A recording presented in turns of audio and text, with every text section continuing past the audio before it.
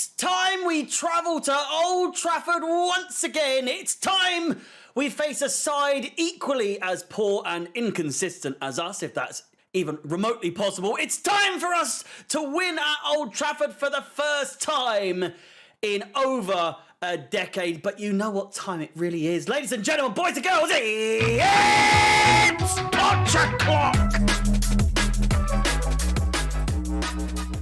Yet another solo watch along with Alex and Mod still absent.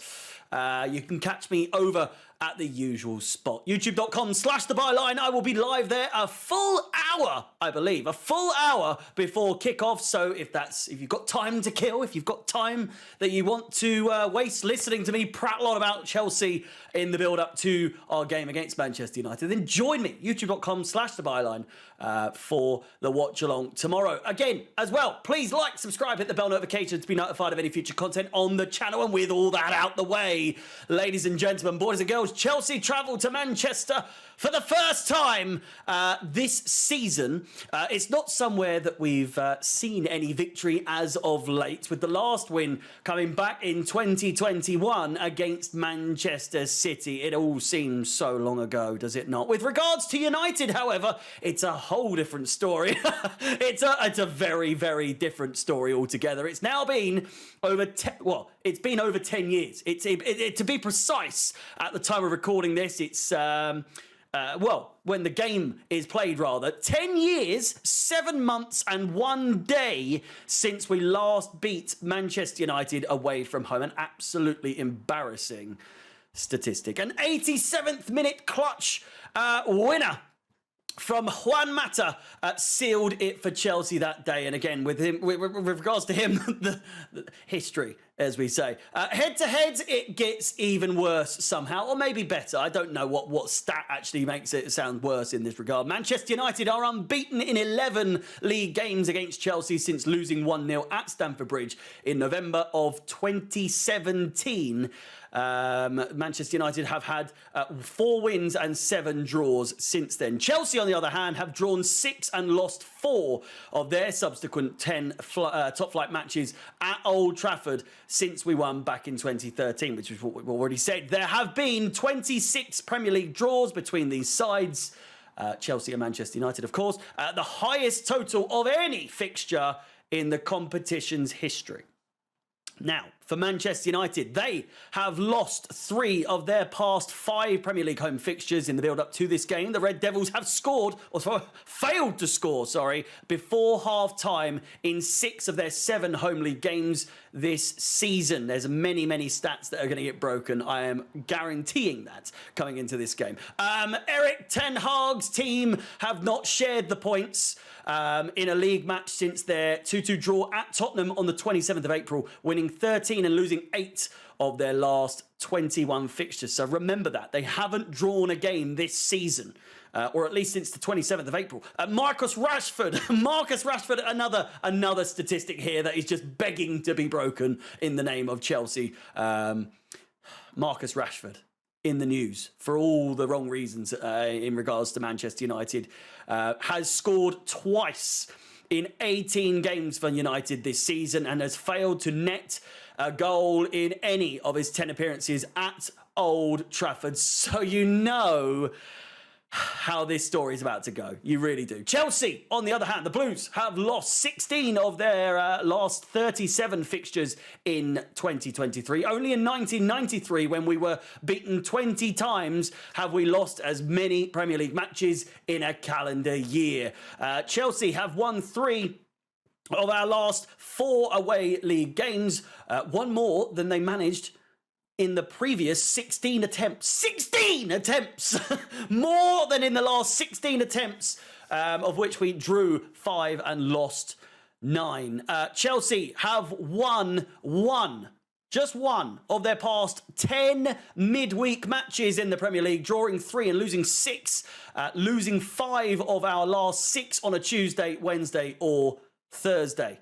Manchester United are the side that Raheem Sterling has faced most often in his career without ever scoring a goal. It's another one of those doozies that you're begging, you're hoping, you're praying that can be bested or beaten, rectified, as they say, with the Englishman making 24 league and cup appearances against Manchester United. Hopefully, again, as I said, this can be the game that finally ends that torrid, horrid run.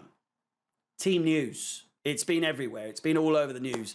As you all know, we are still without Christopher Nkunku, which is becoming weird at this point. Reports that he'd be back in time after the international break for that game against Newcastle that we lost, not the one against Newcastle in the Carabao Cup, but that's how long ago already. 2 games ago, we were reportedly promised that we could see the return or the fielding of Nkunku finally in competitive football. But again, back for the game against Newcastle, then it was hopeful that he'd be back for Brighton. That never happened. And now it's a flat out no, it's not happening.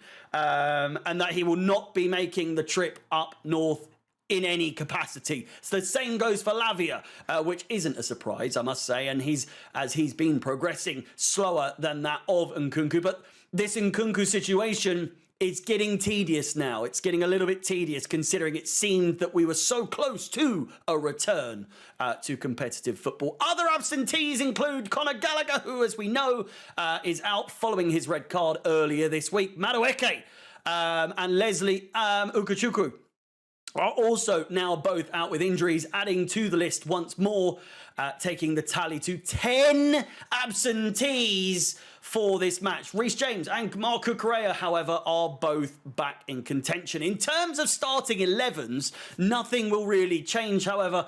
I don't think. I can't think of anything other than the subs will be a little bit thinner, allegedly being replaced. Well, not allegedly, well, they're going to have to be replaced by someone, and it's going to be academy players.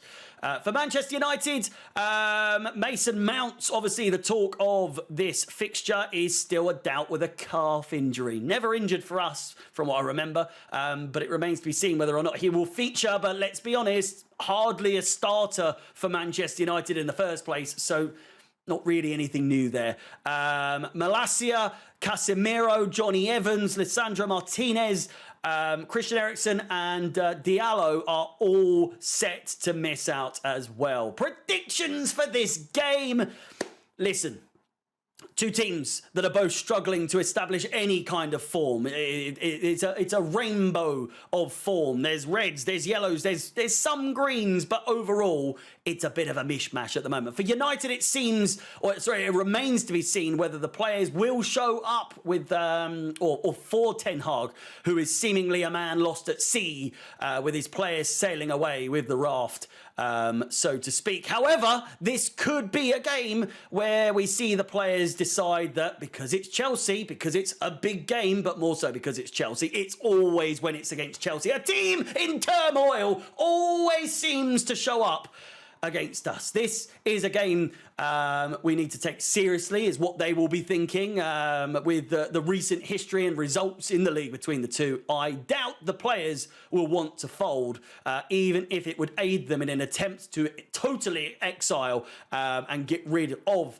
their aforementioned struggling manager in Ten Hag. With that said, in recent games against top sides, Chelsea have looked, I've put fantastic. I don't think fantastic is the word, but we have looked a lot better than last year and so on. However, ultimately still incredibly unpredictable. This one is virtually impossible to call, much like any Chelsea game over the last couple of years, as I say in every fucking prediction video or preview video. However, I will be going for a draw, despite the fact that United have gone all season, or since April 27th against Tottenham, without a draw. This will be the first game with a draw. If not, a close one for Chelsea, but I think United get a late equaliser. Surely we are the team that has more likelihood of winning, but even still, I don't know. I'm not sure. it would be nice to register a win at the Theatre of Dreams for the first time in 10 years. Let me know your predictions down below. Please like, subscribe, hit the bell notification to be notified of any future content on the channel. I'll see you tomorrow for the game. Again, youtube.com/thebyline for the watch along tomorrow. Solo as I was going to say, as always, but as it seems to be the case these days. My name is Harry, up the Chelsea, and peace.